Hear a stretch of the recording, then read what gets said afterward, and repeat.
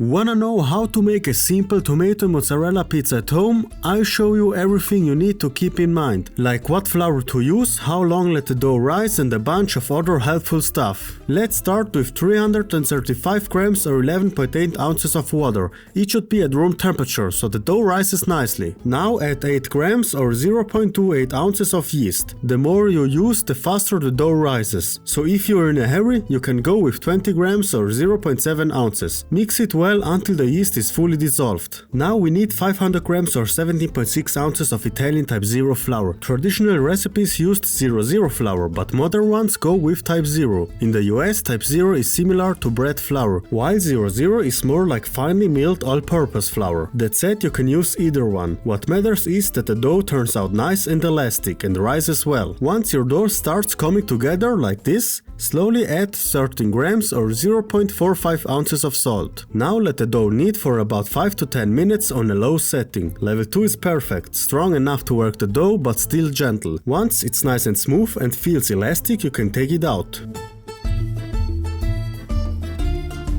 After resting, the dough should have doubled or even tripled in size. Sprinkle a bit of semola on your work surface so the dough doesn't stick. Go ahead and dust the top of the dough too. Semola is kind of like a coarse version of semolina made from durum wheat. If you don't have semola, regular flour works just fine too. Alright, now divide the dough into 3 equal pieces. That will give you 3 nice round pizzas. Shape each piece into a ball like this. Once you've got all 3, let them rest for 30 minutes. Cover them with a bowl or a towel so they don't dry out. In the meantime, let's make the tomato sauce. Put half a can of peeled tomatoes into a bowl and crush them with your hands until they are nice and smooth. Now add a pinch of salt and a good drizzle of extra virgin olive oil.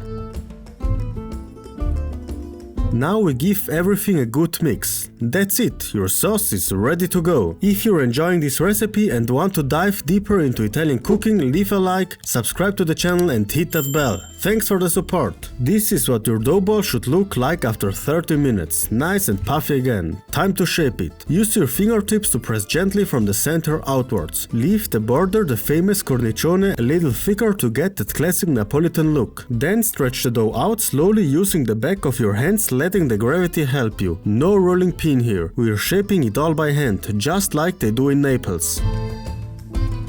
Spread the tomato sauce evenly, starting from the center and moving out of the edges. For a true pizza margherita, fior di latte is used. It's firmer and contains less water. But if you're using regular mozzarella like we do, just cut it up and let it drain in a sieve for about 20 minutes before using it. Dust your pizza peel with a bit of semola. Then gently slide it under the pizza and lift it up, and stretch it out a little more.